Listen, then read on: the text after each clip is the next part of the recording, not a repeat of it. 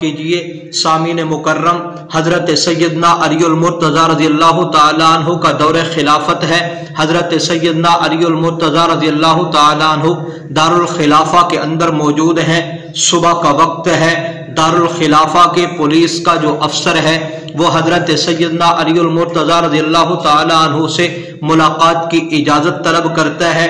حضرت علی المرتضیٰ رضی اللہ تعالیٰ عنہ نے اجازت دے دی۔ جب وہ اندر داخل ہوا تو اس کے پیچھے 4 پولیس ملازمین ہیں اور چاروں پولیس ملازمین نے ایک مجرم کو پکڑا ہوا ہے، اور اس مجرم کی حالت اور کیفیت یہ ہے کہ اس کے دونوں ہاتھ خون آلود ہیں۔ دائیں ہاتھ کے اندر اس کے چھری ہے، سر جھکا ہوا ہے، انتہائی پریشانی کا عالم ہے، اس کے جسم پر کپکپی طاری ہے۔ پیچھے اور پولیس ملازمین ہیں، ایک مقتول کی میت کو انہوں نے اٹھایا ہوا ہے۔ پیچھے عوام کا جمع غفیر ہے اور وہ یہ مطالبہ کر رہے ہیں کہ اس آدمی کو قصاص میں قتل کر دیا جائے، یہی شخص مجرم ہے، اسی نے اس مقتول کو قتل کیا ہے، لہذا یہ بھی نہ بچ پائے۔ اب پولیس افسر اندر داخل ہوا، حضرت سیدنا علی المرتضیٰ رضی اللہ تعالی عنہ سے گفتگو کرنے کی اجازت طلب کی۔ حضرت سیدنا علی المرتضیٰ رضی اللہ تعالی عنہ نے اجازت مرحمت فرمائی۔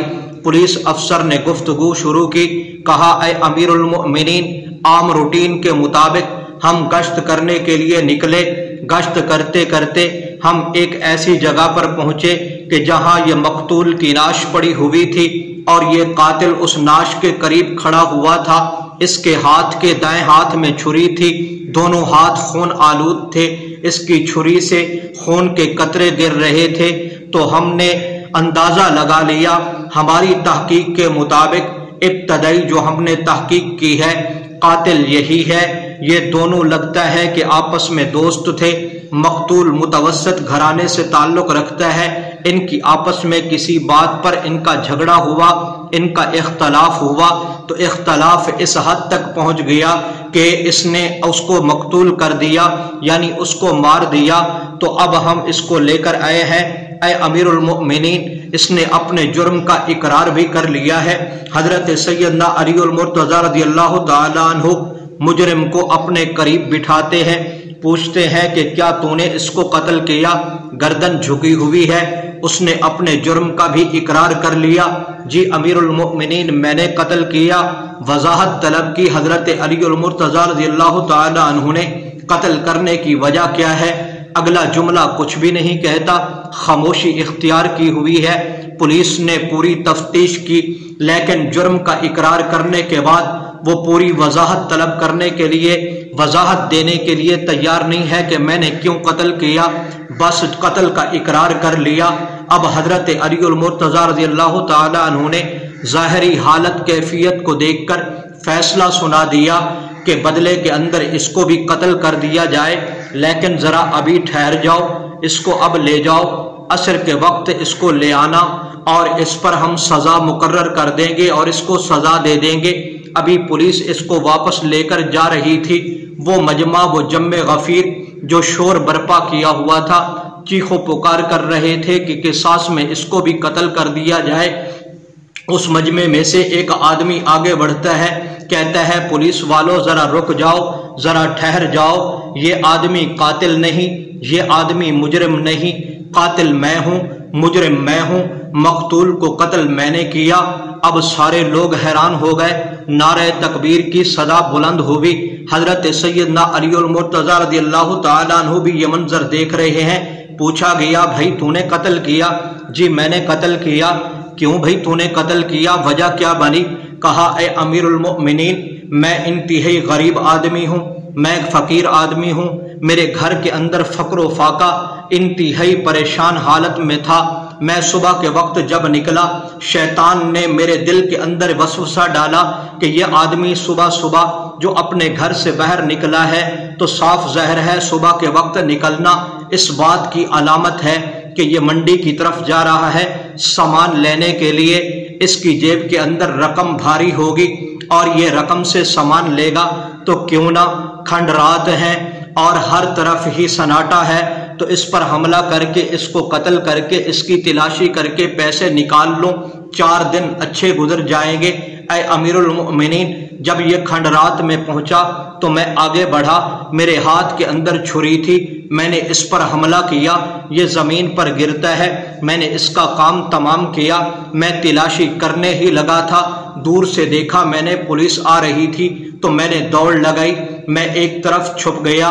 इस आदमी की तरफ मेरी नज़र पड़ी, मैं इसको देखता हूँ, ये इस मकतूल के करीब जाकर खड़ा हो गया तो मैंने समझ लिया कि अब ये पकड़ा जाएगा, मेरी जान छूट जाएगी। जिस वक़्त पुलिस ने इसको उठाया, मकतूल को, कातिल को, इसको गिरफ्तार किया, तो जहां और लोग शोर मचा रहे थे तो शोर मचाने वालों के अंदर मैं भी शामिल हो गया।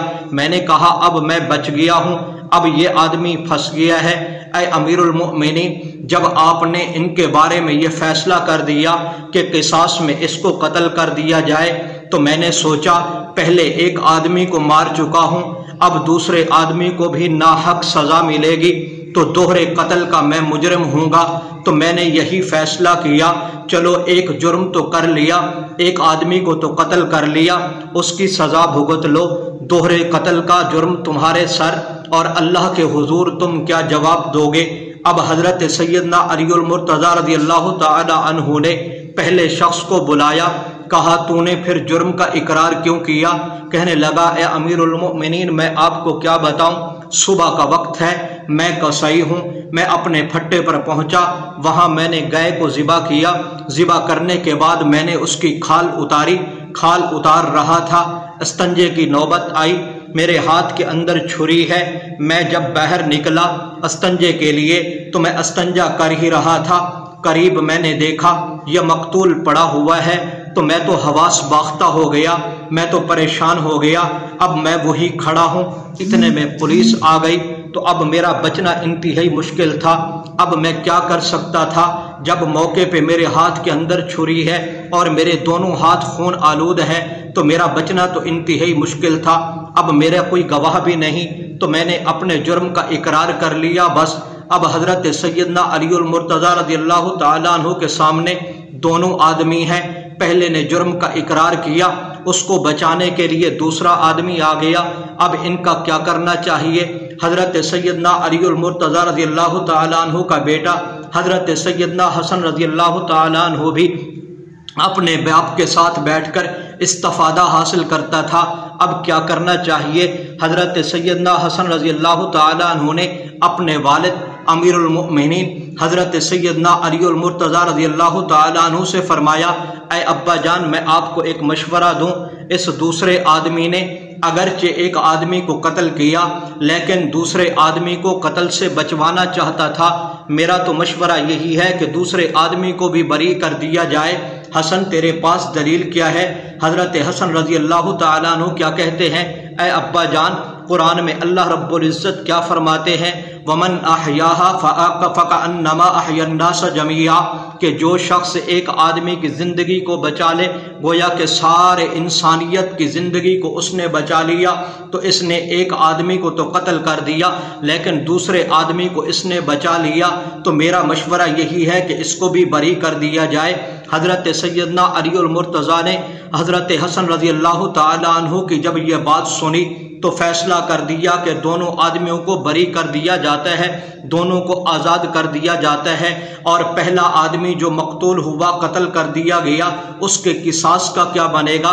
हज़रत सैयदना अलीउल मुर्तज़ा रज़ियल्लाहु ताला अन्हु ने फरमाया कि इसकी किसास मैं इसकी दियत बैतुल माल से अदा करूँगा। तो मकतूल की दियत हज़रत अलीउल मुर्तज़ा रज़ियल्लाहु ताला अन्हु ने बैतुल माल से अदा कर दी और दोनों आदमियों को बरी कर दिया। तो हज़रत सैयदना अलीउल मुर्तज़ा रज़ियल्लाहु ताला अन्हु के जो मिसाली फ़ैसले हैं, उन मिसाली फ़ैसलों में से ये भी एक मिसाली फ़ैसला था कि जुर्म करने वाला कौन है, पकड़ा कौन गया। फिर दोनों मुजरिम सामने आए, पहले की क्या कैफियत है, दूसरे की क्या कैफियत है, फिर उसके बाद फ़ैसला सुनाना, ये कोई